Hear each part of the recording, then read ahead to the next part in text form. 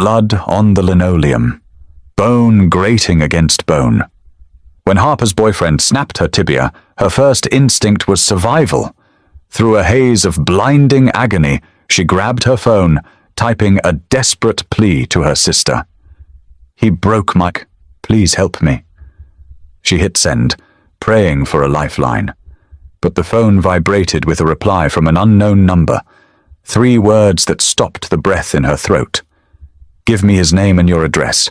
The linoleum floor was freezing against Harper's cheek. It smelled of cheap lemon cleaner and old grease. She didn't move. Moving meant acknowledging the fire burning through her right leg, just below the knee. The angle was wrong. It was a terrible, unnatural geometry that made her stomach heave violently. The front door slammed, rattling the cheap apartment walls and sending a fresh wave of agony up her thigh. Tyler was gone. He always left after it got this bad.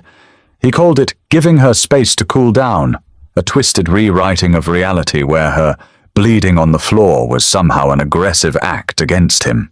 Harper dragged in a breath. It hitched, catching on a sob she refused to let out. She needed her phone. It was on the coffee table, 3 feet away. 3 feet might as well have been 3 miles. She gritted her teeth, tasting copper, and dug her elbows into the floor. She dragged her upper body forward. Her right leg trailed behind her like dead weight. The friction of her jeans against the floor sent a jagged spike of nausea straight to her brain. Her vision tunneled, the edges turning a fuzzy, static grey. "Don't pass out, not yet." Her hand slapped against the laminate wood of the coffee table. Her fingers scrabbled for the device, knocking over a half-empty beer bottle. It shattered. She didn't care. She pulled the phone down to the floor. Her hands shook violently. Adrenaline was leaving her system, replaced by cold, crushing shock. She opened her messages. Her vision was swimming, the letters blurring together. She needed her sister, Sadie. Sadie lived 20 minutes away. Sadie had a car. Harper's thumb smeared blood across the screen as she typed a number from memory. She was too panicked to search her contacts. Just the area code, and the 7 digits she had dialed 1,000 times. "He broke my leg. Please help me." She hit send. The blue bubble appeared. Harper let her head drop back to the floor, panting. Her chest heaved. The silence in the apartment was deafening, broken only by the hum of the refrigerator. She watched the screen. Delivered. Seconds ticked by. The pain in her leg was evolving from a sharp shock into a deep, throbbing ache that synced with her pulse. She waited for the 3 grey dots. Sadie was always on her phone. She would reply instantly. She would call. 1 minute, 2. The phone vibrated. Harper snatched it up, squinting at the screen. The reply wasn't from Sadie. There was no contact name, just a string of digits. Harper stared at the top of the screen. She had swapped the last 2 numbers. She read the text. "Unknown. Who is this?" Panic clawed at her throat. She had texted a stranger. She was bleeding, broken on the floor, and Tyler would be back within the hour. Tyler always came back. He would bring a bag of frozen peas, cry, and tell her how she pushed him too far. If she was still on the floor when he returned, he would realize she was actually hurt. He would panic. And when Tyler panicked, things got worse. Harper's fingers flew across the keyboard, clumsy and frantic. "Harper, I'm sorry, wrong number." She moved to delete the thread, to try Sadie again. The phone buzzed in her hand before she could. "Unknown. You said someone broke your leg." "Harper, it's a mistake. Please ignore." "Unknown. Are you safe right now?" Harper stared at the glaring white text. A hysterical, choking laugh bubbled up in her throat. Was she safe? She was lying in a puddle of spilled beer and her own blood, nursing a snapped tibia, waiting for her abuser to return. "Harper, no!" She didn't know why she typed it. Maybe it was the shock. Maybe it was the profound, isolating loneliness of the apartment. She was so tired of lying. The 3 grey dots appeared immediately. They vanished. Appeared again. Then a single message came through. "Unknown. And give me his name and your address." Harper froze. The tone of the text wasn't concerned. It wasn't a 911 dispatcher trying to calm a victim. It read like a demand. Cold. Factual. Harper. Who are you? Unknown. Someone who hates a bully. The address. Now. A shadow passed over the apartment window. Tyler. He was pacing outside the building. He wasn't leaving. He was working up the nerve to come back upstairs. Harper's breath hitched. She looked at the door, then back at her phone. If she'd called the police, Tyler would hear the sirens. He would kill her before they made it up the stairs. She had nothing left to lose. Her fingers trembled as she typed her address. Harper. Apt 4B. His name is Tyler. The phone went dark. No reply. Harper lay her head down on her arms, squeezing her eyes shut. The pain was unbearable now. She was an idiot. She had given her address to a complete stranger. It was probably a teenager playing a prank, or some creep who got off on the drama. Nobody was coming. She was entirely alone. Then she heard the heavy, rhythmic thud of Tyler's boots coming up the stairwell. The doorknob rattled. Harper held her breath, pressing herself as flat against the floor as possible. The door swung open, hitting the wall with a dull thwack. Tyler stepped inside. He was a broad man, wearing a faded mechanic's shirt, his knuckles bruised red from where they had connected with her jaw before he kicked her legs out from under her.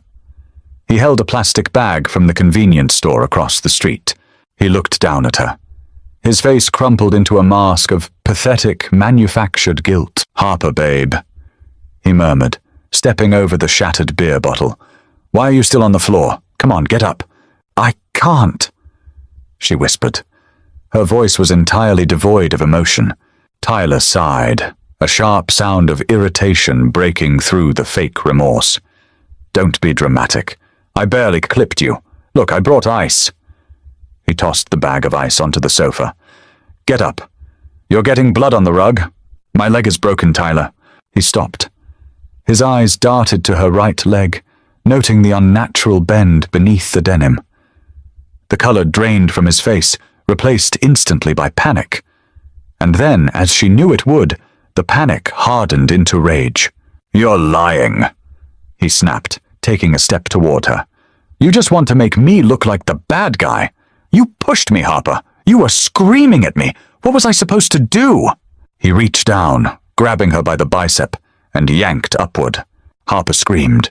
It tore from her throat, a raw, primal sound that echoed off the thin walls. The agony in her leg flared so brightly she saw sparks behind her eyes. Shut up! Tyler hissed, dropping her arm. He looked frantically toward the door. Shut the fuck up! The neighbors will hear! Before Harper could catch her breath, 3 sharp knocks sounded at the door. Tyler froze. He looked at the door, then down at Harper. Did you call the cops? He whispered, his voice trembling with a sudden, violent intensity. No. Harper gasped, clutching her leg. No, I swear. The knock came again. Not frantic, not police, just a measured, heavy sound. Stay quiet, Tyler ordered, pointing a trembling finger at her. He walked to the door, peering through the peephole. He frowned, pulling back. He hesitated, then unlatched the chain and opened the door a fraction of an inch. Yeah? What do you... The door exploded inward. Tyler was thrown backward, crashing into the drywall. The wood of the door splintered as a massive man in a dark suit stepped through. He moved with terrifying speed, grabbing Tyler by the throat and slamming him against the wall, lifting him completely off his feet. Tyler choked, his legs kicking wildly in the air. The man holding him didn't say a word. He just pinned Tyler there, completely unbothered by the frantic thrashing. Then a second man walked into the apartment. Harper's breath caught. He wore a charcoal, 3-piece suit that cost more than she made in a year. His shoes made no sound on the cheap laminate floor. He had dark hair, a sharp jawline, and eyes that were completely, chillingly hollow. He surveyed the apartment with mild distaste, like he had stepped into something unpleasant on the sidewalk. His gaze drifted to the blood, the shattered glass, and finally, to Harper on the floor. He didn't rush to her. He didn't gasp or offer soothing words. He just walked over, his hands resting in his pockets, and looked down at her bent leg. "Harper," he said. It wasn't a question. His voice was a low, smooth baritone that somehow cut through the ringing in her ears. "Who?" Harper swallowed hard. "Who are you?" "Gideon Locke," he said simply. He pulled a phone from his pocket, an exact match to the one she had been texting, and placed it on the coffee table. "You type very fast under pressure." Harper stared at the phone. She looked up at him. Gideon Locke didn't look like a savior. He looked like an executioner. Gideon turned his attention to Tyler, who was turning purple against the wall, pinned by the larger man. "Samson," Gideon said quietly. "Put him down. Let him breathe." Samson dropped Tyler. Tyler hit the floor, gasping and hacking, clutching his throat. He looked up at Gideon, terror in his eyes. "Who the fuck are you?" Tyler croaked, trying to push himself backward. "You can't just break in here. I'll call the cops." Gideon crouched down, bringing himself to Tyler's eye level. He didn't raise his voice. He didn't look angry. He looked like a man examining a very uninteresting bug. "Tyler," Gideon said, "you broke her leg." "It was an accident," Tyler squeaked, backing into the corner. "She tripped. We were just arguing, and she tripped." Gideon sighed softly. He reached out and grasped Tyler's right hand. Tyler flinched but didn't pull away, too terrified to move. Gideon inspected Tyler's bruised knuckles. "You strike me as a man who lies very often, and very poorly," Gideon said. Before Tyler could process the words, Gideon twisted Tyler's wrist. It wasn't a fast, brutal snap. It was a slow, deliberate application of pressure. Tyler shrieked as the bones in his wrist separated, a sickening popping sound echoing in the small room. Gideon let go, standing up and wiping his hand with a linen handkerchief he pulled from his pocket. Tyler was rolling on the floor, cradling his ruined wrist, sobbing hysterically. "An accident," Gideon murmured. "Just like that." He turned back to Harper. She was pressing herself into the floorboards, terrified. She had traded a domestic abuser for a monster. Gideon saw the fear in her eyes. His expression didn't soften, but he crouched down beside her, keeping a respectful distance. "I am not going to hurt you," he stated, a simple declaration of fact. "My medical team is in the hallway. They are going to splint your leg and carry you out of here. It will hurt. But you are leaving this apartment and you are never coming back." Harper looked at him, her chest heaving. "Why?" she managed to whisper. "I don't even know you." "A happy accident," Gideon replied, his dark eyes finally locking onto hers. "I detest men who hit women, and I had a free evening. The man who entered next carried a black medical bag. He wore a crisp white shirt, the sleeves rolled up to the elbows. He moved with the same quiet efficiency as Samson and Gideon. "This is Dr. Miller," Gideon said, stepping back to give the man room. "He is discreet. Do exactly as he says." Dr. Miller knelt beside Harper. He didn't offer a patronizing smile. He just opened his bag and pulled out a pair of heavy shears. "I need to cut the denim, Harper," Miller said, his voice brisk and professional. "This is going to sting." He sliced through the fabric of her jeans, peeling it back to expose the swelling purple flesh of her shin. Harper hissed through her teeth, her fingers digging into the floorboards. The skin was taut and shiny, the bone pressing dangerously close to the surface. "Clean break, but the displacement is severe," Miller muttered, glancing up at Gideon. "She needs an OR. I can stabilize it for transport, but we need to move her now." Gideon nodded once. He turned his attention back to the corner of the room. Tyler was whimpering, curled into a fetal position, clutching his broken wrist. The false bravado was entirely gone. He was a puddle of pathetic, terrified sweat. Gideon walked over and stood above him. He didn't kick him. He didn't yell. The silence he commanded was far more oppressive. "Tyler," Gideon said. Tyler squeezed his eyes shut, shaking his head. "Please, I didn't mean it. Please don't kill me." "I am not going to kill you," Gideon replied. The relief that washed over Tyler's face was instant, but it died just as quickly when Gideon continued. Death is a release. You don't get a release. You get consequences. Gideon looked at Samson, who was standing by the ruined door. Take him to the warehouse. Call Elias. Tell him I have a project for him. A man who needs to learn how to walk without functioning kneecaps. Tyler screamed. It was a high, reedy sound of absolute panic. No, you can't do this. You're crazy. Samson grabbed Tyler by the scruff of his neck, hauling him up. Tyler thrashed, kicking his legs, but Samson dragged him out the door with zero effort, ignoring his pleas. The sound of Tyler's screams faded down the stairwell, eventually silenced by the heavy thud of the building's front door. Harper watched it happen through a blur of pain. Her mind was misfiring, trying to process the casual orchestration of violence. "Hold her down," Miller instructed. Harper snapped her attention back to the doctor. He was holding a traction splint. "I have to align the bone before we put her on the stretcher," Miller warned Gideon. "She's going to fight it." Gideon stepped forward. He crouched beside Harper's head. He didn't touch her face or offer a hand to hold. He simply placed his heavy hands flat on her shoulders, pinning her to the floor. "Breathe in," Gideon commanded. Harper drew a breath. Miller pulled the leg. Harper didn't just scream. Her vision whited out entirely. The pain was a physical entity, a monstrous thing tearing through her nervous system. She arched off the floor, but Gideon's hands were unyielding anchors, holding her down. A feral sound ripped from her throat until she literally ran out of air. As quickly as it happened, it stopped. The bone slid back into a rough alignment, the blinding agony settling into a dull, throbbing roar. Harper gasped, tears streaming down her temples, mixing with the dust on the floor. She was shaking uncontrollably. "Done," Miller said, quickly securing the splint. "Let's get the board." 2 more men appeared from the hallway carrying a rigid transport board. They worked quickly, securing Harper with heavy straps. She felt detached from her own body. She was floating above the room, watching these men in expensive suits carry her out of her own apartment. As they lifted her, she looked at Gideon. He was watching her intently. "Where are you taking me?"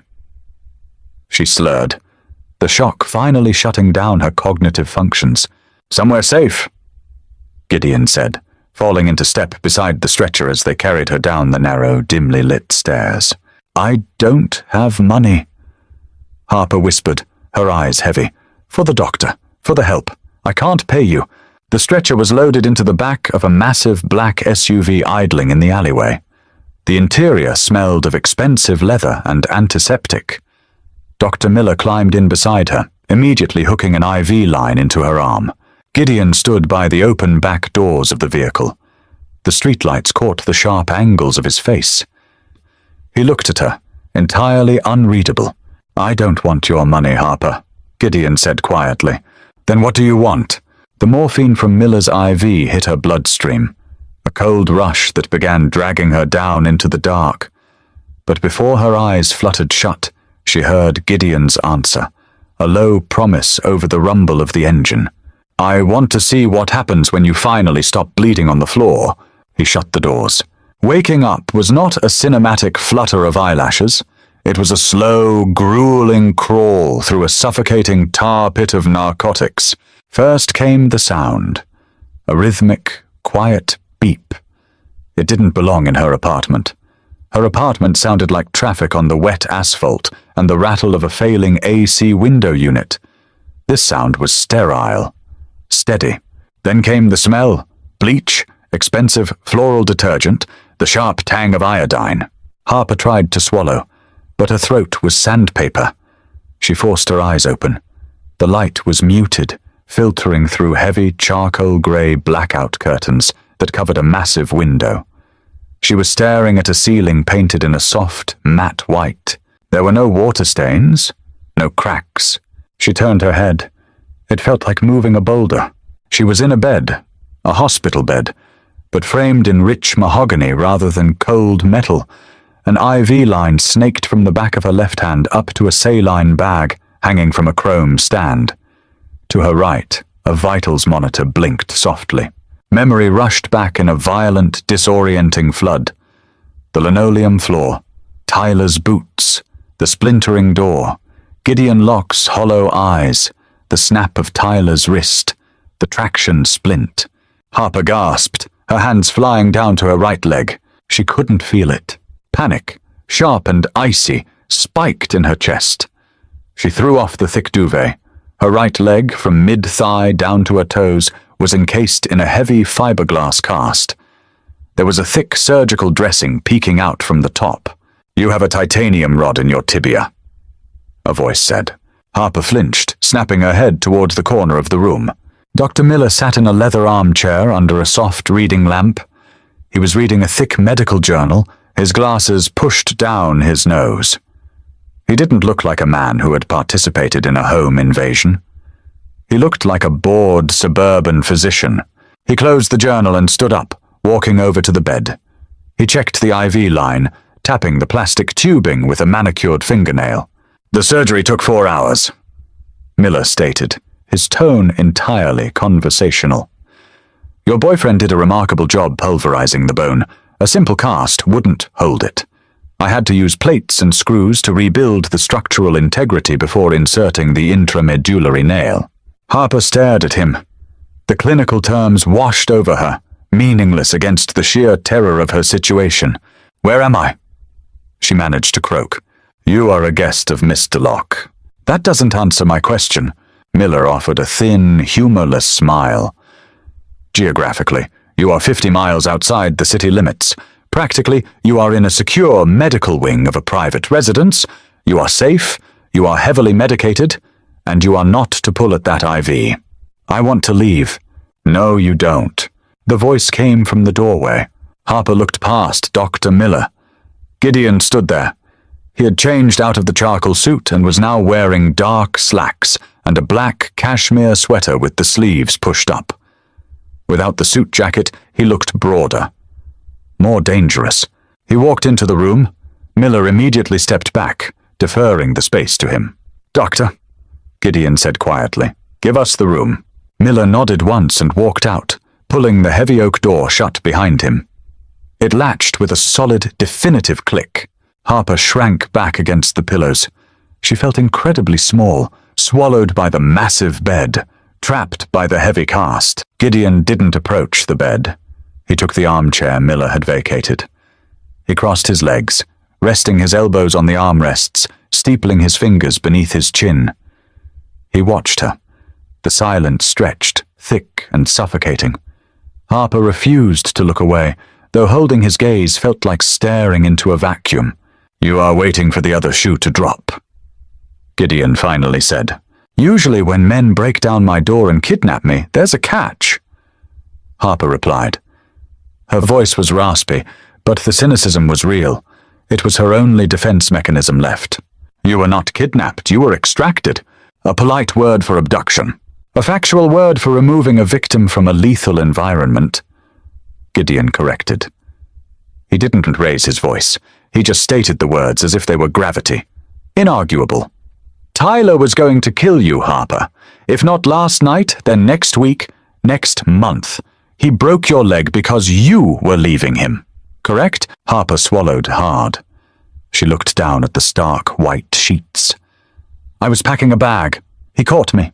"He caught you because you hesitated," Gideon said. "You waited until he was at work, but you took too long organizing your things.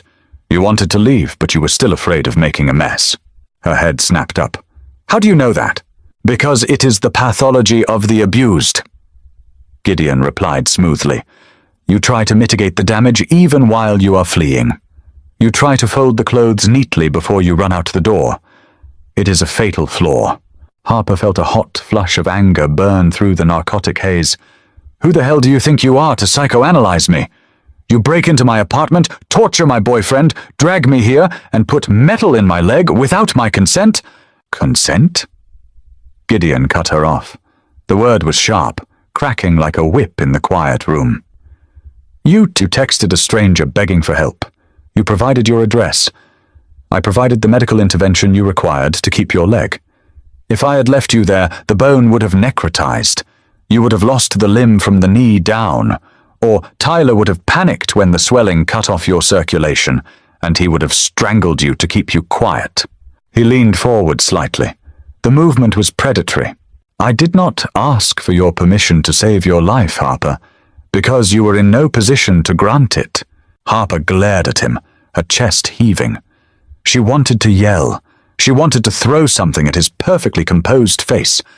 But the fire went out as quickly as it sparked. She was exhausted. She was broken. And she knew with terrifying certainty that he was absolutely right. What happened to him? She whispered. Gideon held her gaze. Tyler is no longer a concern of yours. Did you kill him? I don't waste bullets on domestic cowards, Gideon said. He is currently residing in a basement in the industrial district. He has 2 shattered kneecaps. Samson is ensuring he receives the exact level of medical care he offered you, which is to say, none. Harper felt a sickening jolt in her stomach. It was a cocktail of absolute horror and a dark, twisted sense of vindication. She hated herself for the latter. You're a monster, she breathed. Gideon didn't flinch. He just stood up, smoothing the front of his sweater. Monsters hide under the bed, Harper. I stand right in front of you. He walked toward the door. Miller will be back with your antibiotics in 2 hours. Tomorrow, we start making you useful. The next 3 days were a masterclass in controlled agony. The morphine was tapered off, replaced by lesser painkillers that did absolutely nothing to dull the deep, grinding ache in Harper's shin. The titanium rod felt like a block of ice buried deep inside her marrow. She learned the geography of her cage. It was a massive suite. She had a private bathroom equipped with a walk-in shower and grab bars. The closet was stocked with soft, neutral-colored loungewear that fit her perfectly. There were no locks on the inside of the doors, but she quickly discovered there were none on the outside either. On the 4th day, Dr. Miller arrived with a set of aluminum crutches. Up! Miller ordered, tossing the crutches onto the bed. Harper stared at them. I can barely sit up without passing out. Mr. Locke has requested your presence in the dining room for lunch. I suggest you figure it out. Miller checked his watch. You have 20 minutes. He left. Harper sat on the edge of the bed. Her right leg hung heavily, the cast pulling at her hip joint. She was sweating just from the effort of sitting upright. She looked at the crutches. I want to see what happens when you finally stop bleeding on the floor. Gideon's words echoed in her skull. It wasn't a threat. It was a challenge. Gritting her teeth, she grabbed the crutches. Getting them positioned under her arms was a clumsy, humiliating process. The moment she put weight on her good leg and hoisted herself up, the blood rushed downward into her broken leg. The pressure against the surgical incisions was blinding. She bit back a scream, swaying violently. She squeezed her eyes shut, waiting for the nausea to pass. One step, then another. By the time she reached the heavy oak door, her hospital gown was clinging to her sweat-slicked back. She opened the door. A man in a dark suit was standing in the hallway. He wasn't Samson. He was younger, with a jagged scar cutting through his left eyebrow. He looked at her, entirely unimpressed, and gestured down the corridor. Follow the hall to the stairs. There is an elevator to your left, he said flatly. Harper didn't reply. She just started walking. The estate was massive, a sprawling brutalist structure of exposed concrete, dark wood, and floor-to-ceiling glass that overlooked a dense pine forest. It didn't look like a home. It looked like a fortress designed by someone who hated sunlight. She found the dining room.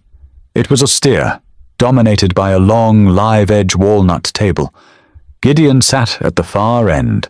A laptop was open in front of him, and he was typing rapidly. He didn't look up as she swung herself into the room, her crutches thudding against the hardwood floor.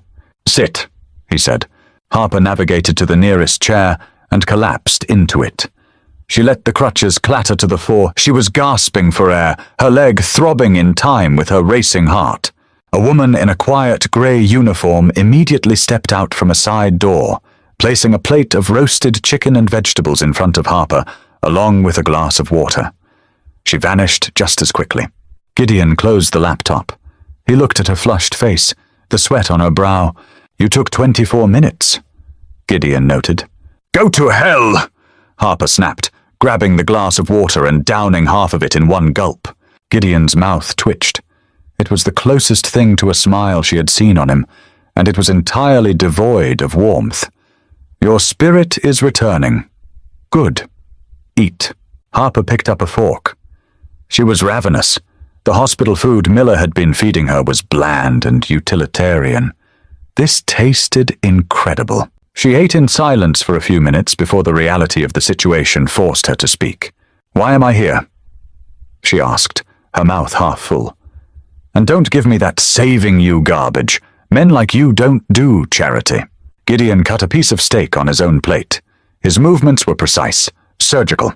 Men like me, he repeated, tasting the phrase. And what kind of man am I, Harper? A criminal, she said bluntly.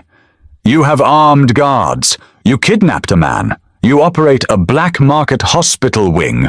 You're a mob boss or a cartel leader.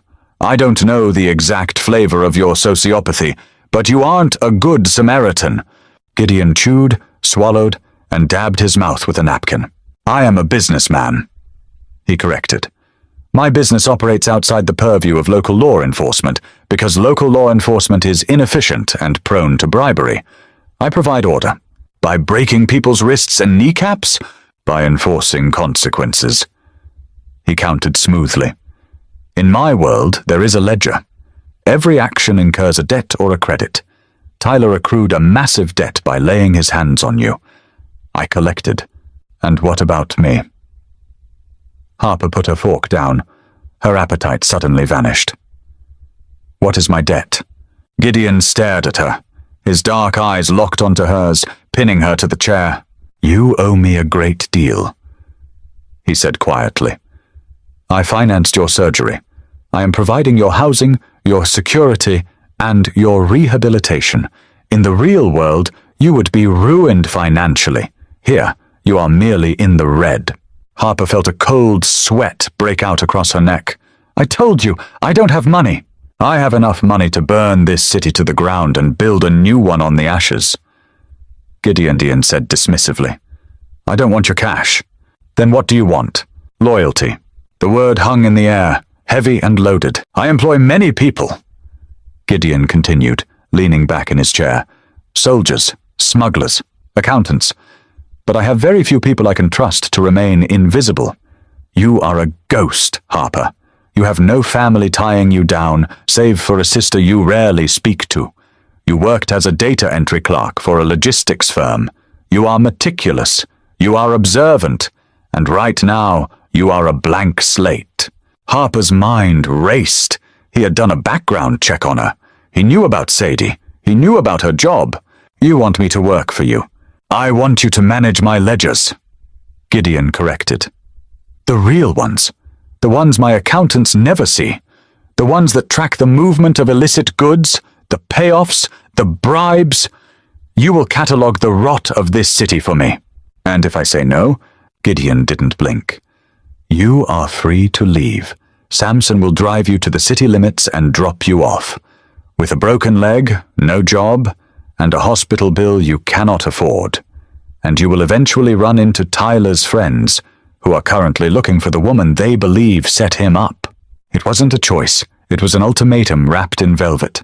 You're trapping me, Harper whispered. I am giving you a job, Gideon stated. A very well-paying one. You will live here. You will heal. You will work. And when your debt is paid, which will take precisely 3 years at the salary I am offering, you may leave with enough capital to disappear anywhere in the world. 3 years. It felt like a lifetime. It felt like a prison sentence.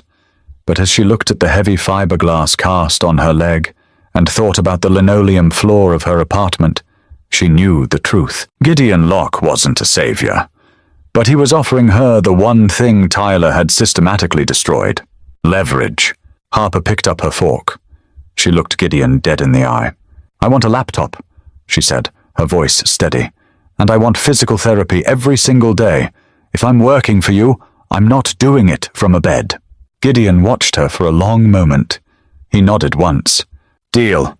Recovery was not a straight line. It was a jagged, brutal, saw-tooth graph of small victories and crushing defeats. The first month was entirely physical. Gideon brought in a physiotherapist named Maggie. She was a stout, no-nonsense woman with forearms like a dock worker and a bedside manner that bordered on aggressive. "The bone is knitting," Maggie said on a rainy Tuesday, aggressively kneading the atrophied muscles of Harper's right thigh above the cast. "But the muscle is turning to jelly. If you don't fire these nerves, you're going to walk with a limp for the rest of your life." Harper gritted her teeth, staring at the ceiling of the private gym Gideon had assigned to her. Sweat pooled in her collarbones. "It hurts. Pain is a neurological suggestion," Maggie grunted, pushing her thumb brutally into a trigger point. "Ignore it. Fire the quad. Now." Harper tried. She sent the signal from her brain to her leg. The muscle twitched, followed immediately by a sharp, stabbing pain near the titanium screws in her shin. She gasped, her head falling back against the mat. "Again," Maggie ordered. "I can't." "You can. You just don't want to." "I said I can't!" Harper yelled, her voice echoing off the mirrored walls of the gym. Tears of sheer frustration pricked her eyes. She hated being weak. She hated that her body felt like a fragile, alien thing. "She said she can't, Maggie." Harper froze. She craned her neck backward. Gideon was standing in the doorway of the gym. He wore a tailored navy suit today, a stark contrast to the sweatpants and tank top Harper was wearing. He walked into the room, his footsteps silent on the rubber matting. Maggie immediately stepped back, wiping her hands on a towel. "Mr. Locke, she's plateauing. She refuses to push past the threshold." Gideon looked down at Harper. She wiped furiously at her eyes, hating that he was seeing her cry. She wasn't crying from fear. She was crying from absolute rage at her own limitations. "Get up," Gideon said. Harper stared at him. "What?" "Get up, Harper. Walk to the door." "I can't put weight on it yet," she snapped. "Dr. Miller said—" "Dr. Miller is a surgeon. He builds the scaffolding. Maggie builds the muscle. I build the intent." Gideon interrupted. He walked over to the crutches leaning against the wall and kicked them out into the hallway. They clattered noisily against the hardwood. Harper's eyes widened. "What are you doing?" "You have been here for 5 weeks," Gideon said, turning back to her. His voice was flat, devoid of sympathy. "You are managing my digital ledgers perfectly. You are organized. You are ruthless with the numbers, but physically you are still acting like a victim waiting for the next blow." "I have a titanium rod in my leg," she screamed at him, "which makes the leg stronger than it was before." He shot back, stepping closer. He loomed over her, a dark shadow blocking out the overhead lights. "The rod will not break. The bone will not snap. The only thing stopping you is the memory of the floor in that cheap apartment." Harper breathed heavily. Her chest heaved. The sheer audacity of this man, standing in his expensive suit, lecturing her about pain. "You don't know anything about it," she hissed. "I know that Tyler broke your leg because you let him get close enough to do it," Gideon said brutally. The words were a physical slap. "You surrendered your space. You surrendered your agency. And you are doing it right now. On this mat. You are waiting for Maggie to fix you. You are waiting for me to allow you to stop." He leaned down, grabbing her by the left arm, and yanked her violently upright. Harper shrieked, hopping wildly on her good leg to keep her balance. The heavy cast on her right leg swung awkwardly. She grabbed Gideon's lapels to keep from falling. The fabric of his suit was incredibly soft beneath her white-knuckled grip. He didn't pull away. He stood perfectly still, letting her use him as a crutch. His chest was solid, unyielding stone beneath her hands. "Let go of me!" she choked out, her face inches from his. She could smell his cologne, cedar and cold ozone. "No," he said. "Stand on it. It will tear the incisions." "The incisions are healed. The bone is set. Put your foot on the ground, Harper." She stared up into his hollow, dark eyes. There was no malice in them, just an absolute, terrifying certainty. He wasn't going to let her fall, but he wasn't going to carry her either. Trembling, she lowered her right leg. The heavy rubber sole of the walking cast touched the rubber matting. "Wait!" Gideon commanded. Harper shifted an inch of her body weight onto the right leg. A dull, protesting ache radiated up her shin, wrapping around her knee. She whimpered, instinctively trying to pull the leg back up. Gideon's hands shot out, wrapping around her waist. His grip was iron. He held her firmly in place. "Do not retreat," he whispered, his voice suddenly dropping to a low, dangerous register. "You never retreat again. Push through the floor." She closed her eyes. She focused on the anger at Tyler, the anger at her own helplessness, the anger at Gideon for forcing her into this crucible. She funneled all of it downward. She pressed her foot firmly onto the floor. The pain flared, bright and hot, a warning siren in her brain. But beneath the pain there was something else. Resistance. The titanium rod held. The bone held. She was standing. She opened her eyes. She was still gripping Gideon's lapels, but her weight was evenly distributed. She was breathing heavily, sweat stinging her eyes, but she wasn't falling. Gideon looked down at her.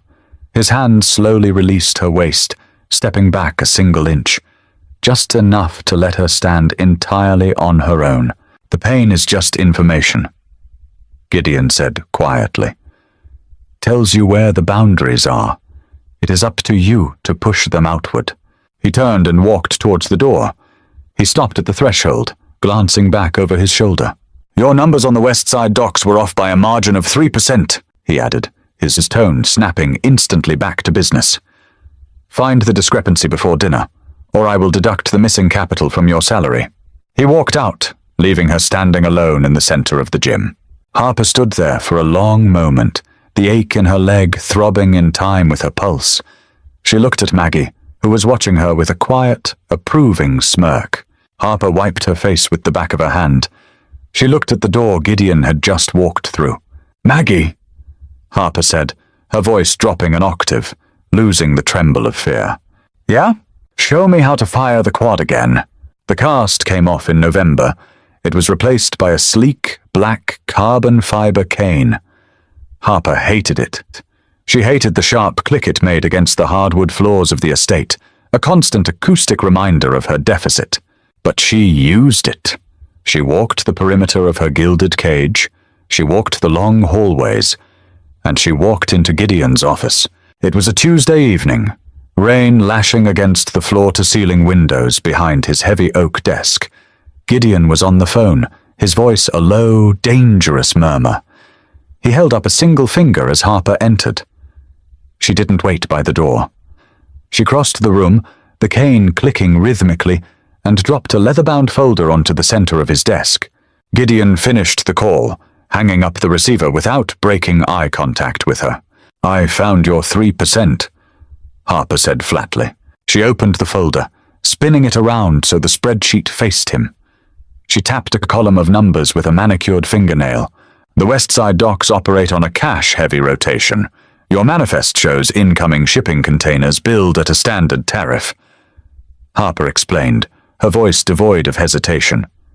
"But the fuel surcharge is fluctuating. It shouldn't. Fuel prices have been static for 6 months. Someone is padding the fuel invoices by 3% and skimming the difference before it reaches the central account." Gideon looked at the spreadsheet. He traced the line of numbers. "Who?" "Your logistics manager, Mitchell." Gideon closed the folder. He leaned back in his leather chair. He didn't look angry. He looked intrigued. "You are certain?" "Numbers do not lie, Gideon. People do." It was the first time she had used his first name without a sneer. The shift in the room's atmosphere was immediate. The air thickened. Gideon hit a button on his intercom. "Sampson, bring Mitchell to the study." "You're going to break his legs," Harper stated. It wasn't a question. "Embezzlement is a breach of contract," Gideon replied evenly. "I provide a lucrative wage in exchange for absolute loyalty." Mitchell broke the terms. He took from the collective. So you maim him.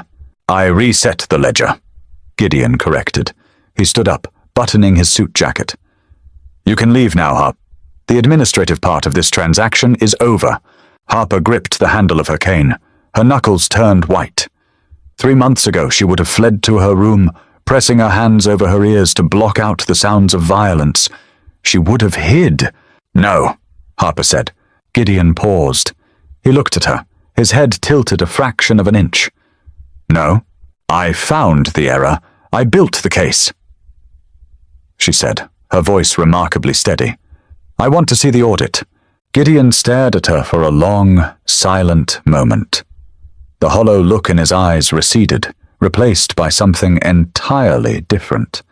It looked a lot like respect. Very well. 10 minutes later, Mitchell was dragged into the room. He was a weaselly man in a cheap suit, sweating profusely. Sampson threw him to the floor. Mitchell scrambled to his knees, his eyes darting frantically between Sampson and Gideon. Then he noticed Harper standing quietly by the bookshelf, leaning on a cane. Mr. Locke, I swear I don't know why I'm here, Mitchell stammered. Gideon walked around his desk. He picked up the leather folder Harper had prepared and dropped it onto the floor in front of Mitchell. The heavy thud made the man flinch. Fuel surcharges, Mitchell, Gideon said quietly. 3% over 6 months. It amounts to $80,000. Mitchell's face drained of color. It was a clerical error. The software is infallible because Miss Harper manages it. Gideon interrupted, his voice dropping to a terrifying whisper. She doesn't make errors. You do. Gideon looked at Sampson and gave a single, almost imperceptible nod. Sampson stepped forward. He didn't pull a weapon. He just grabbed Mitchell's right hand and slammed it flat onto the heavy oak desk. Mitchell began to scream before Sampson even raised the heavy, solid brass paperweight. The sickening crunch of bone breaking echoed in the study. Mitchell collapsed, shrieking in agony, cradling his mangled hand against his chest. Harper didn't look away. Her heart hammered against her ribs, bile rising in her throat, but she forced her eyes to stay open. She watched Mitchell writhe. She watched the consequence. It was brutal. It was primitive. And it was perfectly balanced. Gideon stepped over Mitchell, stopping directly in front of Harper. He searched her face, looking for the terrified girl he had scraped off a linoleum floor. She wasn't there anymore. Does the math satisfy you? Gideon asked quietly over Mitchell's sobbing. Harper looked down at the embezzler, then back up to the man who commanded the violence. The ledger is closed, she said. A year changed the architecture of Harper's survival. The cane was relegated to the back of her closet, used only on damp mornings when the titanium rod ached deep in the marrow. She wore tailored trousers and silk blouses, her hair pulled back into a severe, elegant knot. She was no longer just the girl in the guest room. She was the central nervous system of Gideon's empire. She controlled the flow of capital. She dictated the laundering protocols. When the lieutenants came to the estate for meetings, they didn't look at her with pity. They looked at her with wariness. Because Harper knew precisely how much they were worth, and how quickly they could be zeroed out, Gideon rarely touched her. Their intimacy was not built on physical affection. It was built on a terrifying symbiotic trust. They spent hours in the study late at night, dissecting territory maps and financial reports, fueled by black coffee and the quiet hum of shared ambition, until the night the perimeter fell. It was 2:30 a.m. Harper was in her suite, reviewing a wire transfer from a shell company in the Caymans, when the power grid died. The estate plunged into total darkness. Harper froze. The quiet hum of the HVAC system stopped. A second later, the backup generators kicked in, bathing the hallways in a sickly red emergency light. Then came the gunfire. It was distant at first, a sharp staccato popping down by the main gate, but it rapidly escalated into a deafening roar echoing through the valley. This wasn't a warning. It was an assault. Harper didn't panic. Panic was for victims. She shoved away from her desk, grabbed the heavy Glock 19 Gideon had insisted she learn to shoot, and moved into the hallway. The air smelled of ozone and cordite. Men were shouting downstairs. She recognized Samson's deep bellow, followed immediately by the shattering of the massive glass windows in the foyer. "Harper!" Gideon materialized from the shadows near the stairwell. He wore black tactical gear over his clothes, a suppressed rifle strapped to his chest. His eyes were wide, the calm veneer completely shattered. "Rival syndicate," Gideon said, grabbing her arm and pulling her toward the opposite end of the hall. "The Colombians. They bought off the local police precinct. We are entirely on our own. We need to reach the bunker." "What about the ledger?" Harper demanded, her mind instantly going to the physical hard drives in the study. "If they get the drives—" "Forget the drives. I need you breathing," he snarled, shoving her ahead of him. They reached the end of the corridor. A heavy steel door led to the private elevator that descended into the reinforced basement. Gideon punched a code into the keypad. The light blinked green. Before the door could open, the stairwell door behind them burst off its hinges. 3 men in tactical gear spilled into the corridor, raising automatic weapons. "Down!" Gideon roared, tackling Harper to the floor. The air above them exploded in a hail of bullets, shredding the drywall and shattering the light fixtures.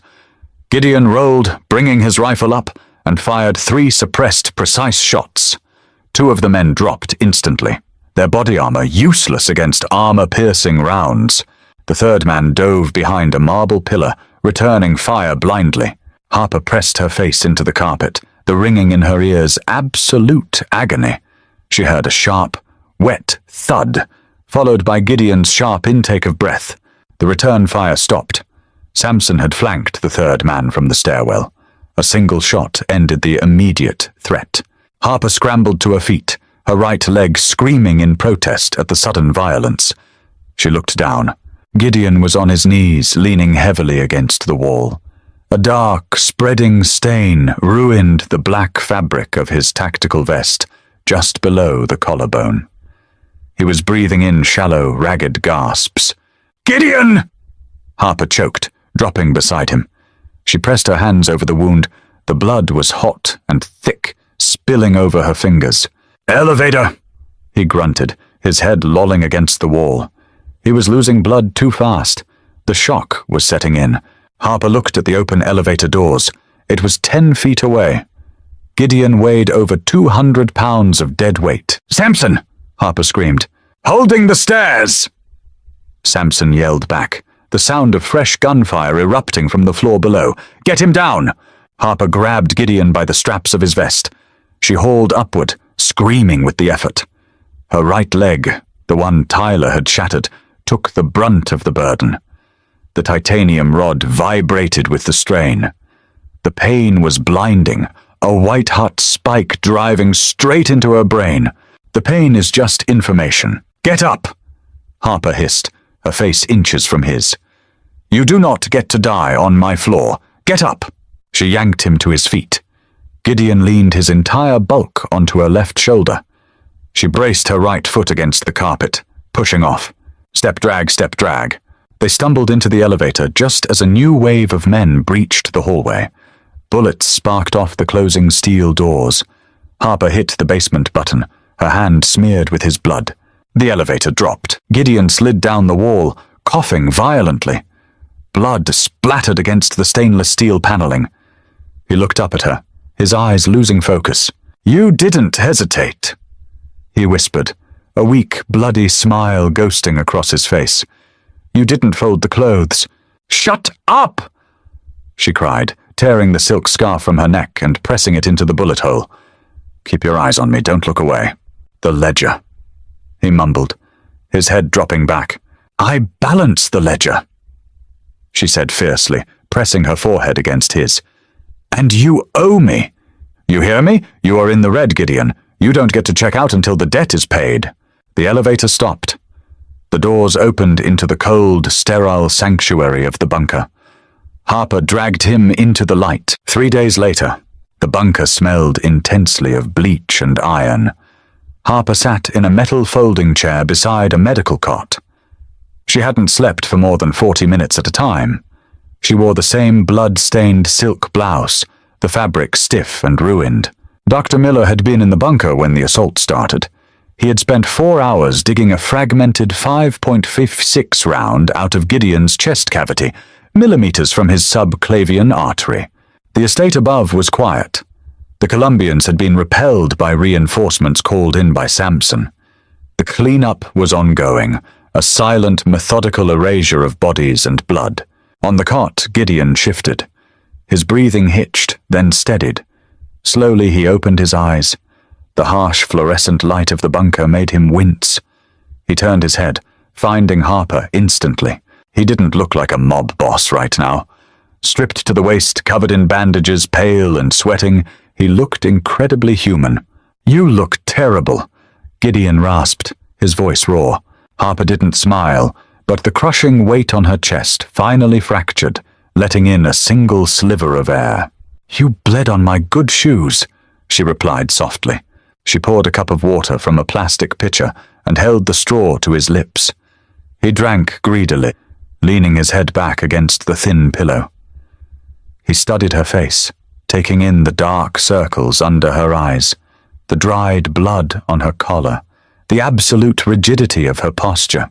"My leg hurts," she said quietly, answering the question he hadn't asked. "I put too much weight on it dragging you, but it didn't break." "Titanium," Gideon murmured. "Yes." Harper set the cup down. She leaned forward, resting her elbows on her knees, clasping her hands together. "Dr. Miller says you need 6 weeks of rest. You tore muscle, and the blood loss was severe. You are confined to this bed, and then a wheelchair." Gideon grimaced, attempting to sit up before the pain forced him back down with a sharp hiss.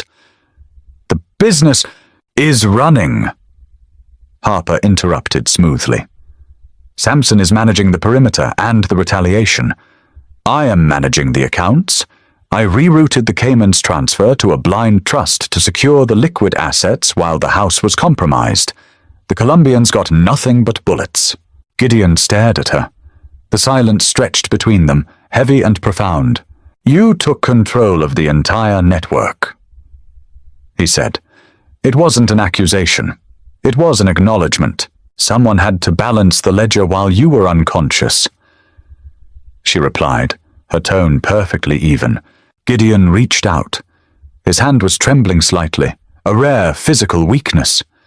He bypassed her hand and grasped her wrist, his thumb brushing against her pulse point. "The 3 years are up," he said quietly. Harper frowned. "I've been here 14 months. You saved my life. The debt is nullified," Gideon stated, his voice regaining a fraction of its usual commanding timbre. "Your account is clear, Harper. The severance package we discussed is in a secure account. You have enough capital to vanish. You don't have to live in a bunker. You don't have to watch men get their hands broken." He released her wrist. He let his arm fall back onto the bed. "You are free to leave." Harper looked at her wrist, where his skin had burned against hers. She thought about the linoleum floor. She thought about Tyler's pathetic, manufactured guilt. She thought about the small, terrified woman who had texted a wrong number, hoping for a savior to pull her out of the mud. That woman was dead. Gideon had burned her away, leaving only the metal behind. She stood up. The carbon fiber cane was resting against the wall. She didn't pick it up. She didn't need it today. Harper walked over to the small steel table at the end of the room and picked up a thick, leather-bound folder. She walked back to the bed and dropped it directly onto Gideon's lap, right over the white bandages. "The western ports are still short," Harper said, her voice dropping to a cool, clinical register. "And Samson's ammunition expenditures from last night need to be categorized properly before the end of the quarter. We are bleeding cash on tactical gear." Gideon looked at the folder. He looked up at her. The hollow darkness in his eyes was entirely gone, replaced by a fierce, undeniable possession. "You aren't leaving," he stated. "No." Harper agreed. She leaned down, resting her hands on either side of his shoulders, bringing her face inches from his. She could smell the iodine and his skin. "I built this architecture. I own the numbers. And I don't surrender my space to anyone anymore, not even you." Gideon's jaw tightened. A dark, genuine smile finally broke across his face. He reached up, his hand tangling in the hair at the nape of her neck, pulling her down the final inch until their lips brushed. It wasn't a gentle kiss. It was a collision of gravity, a sealing of a violent, unbreakable contract. Good, he breathed against her mouth. Because I was never going to let you walk out that door anyway. Harper pulled back, smoothing the front of her ruined silk blouse. I know, she said, pulling the metal folding chair closer and sitting back down. Now, look at page 4. We have a problem in the warehouse district. That's a wrap on Harper and Gideon's story. From bleeding on a linoleum floor to commanding an entire underground empire, Harper proved that sometimes the only way to survive the darkness is to become the one who controls it. She didn't just pay her debt, she rewrote the entire ledger. Did you expect her to stay and take the throne beside him?